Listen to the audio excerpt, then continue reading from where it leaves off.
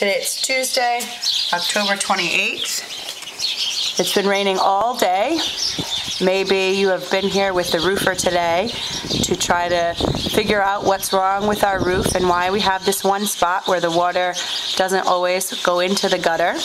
It's a light rain out right now, and as you can see, we still have this one spot where water collects and consistently drips off the drip edge on the edge there and drips down into one spot in the grass.